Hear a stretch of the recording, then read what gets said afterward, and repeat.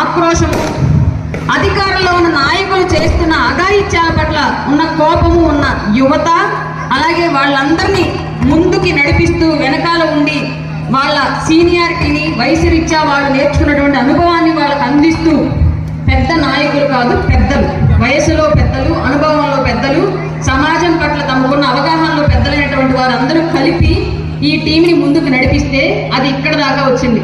ఆ విషయం కొందరికి తెలియచ్చు, కొందరికి తెలియకపోవచ్చు. మీ అందరికీ తెలియాలని చెప్తున్నా ఈ విషయం.